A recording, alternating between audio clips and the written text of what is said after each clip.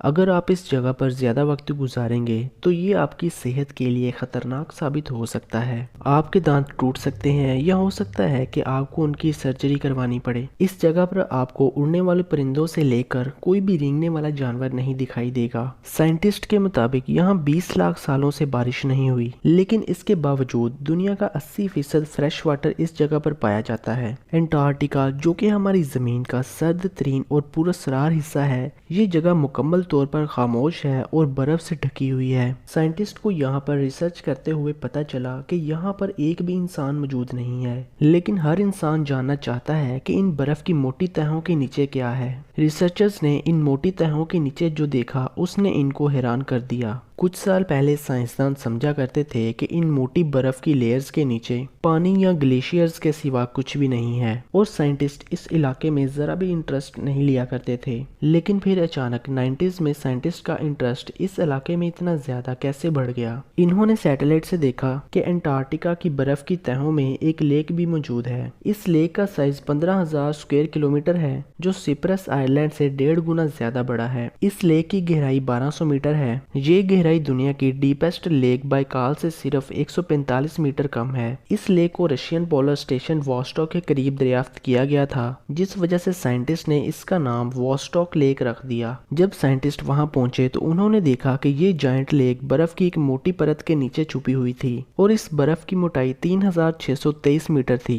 برف کی اتنی موٹی لیئر ہونے کی وجہ سے ریسرچرز کو اس لیک میں کوئی جاندار چیز کے ملنے کا ذرا بھی اندازہ نہ تھا۔ اب ریسرچرز کے لیے ایک بہت بڑا چیلنج تھا، کیونکہ انہیں اس جھیل تک پہنچنے کے لیے 11,000 فٹ سے زیادہ ڈرل کرنا پڑنا تھا۔ چیلنج یہ تھا کہ یہاں کا ٹمپریچر -89 ڈگری سیلسیس تھا، جو کہ ڈرل مشین کے پارٹس کو جما سکتا تھا۔ یہاں کی برف اتنی زیادہ ٹھنڈی تھی کہ وہ سورج کی تیز روشنی کی وجہ سے بھی پانی میں تبدیل نہیں ہوا کرتی تھی۔ لیکن یہاں کی ایک اچھی بات یہ تھی کہ یہ جگہ انسانوں سے کافی دور تھی، جس وجہ سے اس فریش واٹر میں نائٹروجن اینڈ آکسیجن 50% زیادہ ہے۔ ریسرچرز نے آخر کار ڈرل کر کے اس لیک میں ایک ایسا بیکٹیریا تلاش کر لیا جو یہاں پر سروائیو کر رہا تھا۔ اس کا نام W123-10 رکھ دیا گیا۔ اس بیکٹیریا میں جو ڈی این اے تھا وہ باقی پلانٹ کے 86% لیونگ بیکٹیریا سے میچ کر گیا، جس کا مطلب یہ ہے کہ ہمارے پلانٹ میں کچھ جاندار ایسے بھی ہیں جو اس طرح کے انوائرمنٹ میں بھی زندہ رہ سکتے ہیں۔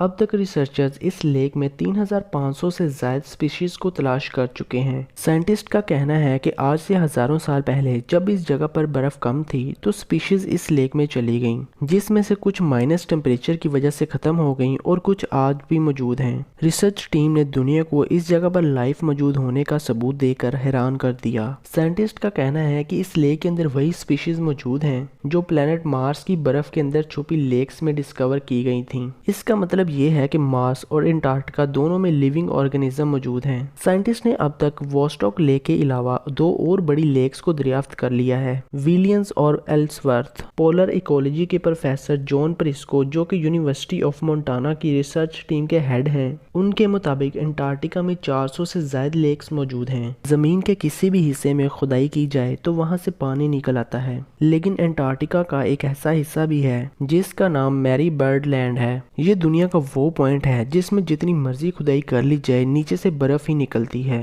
ریسرچرز نے یہاں 8,215 فٹ ڈرلنگ کی، لیکن ان کو پانی کی ایک بھی بوند نہ ملی۔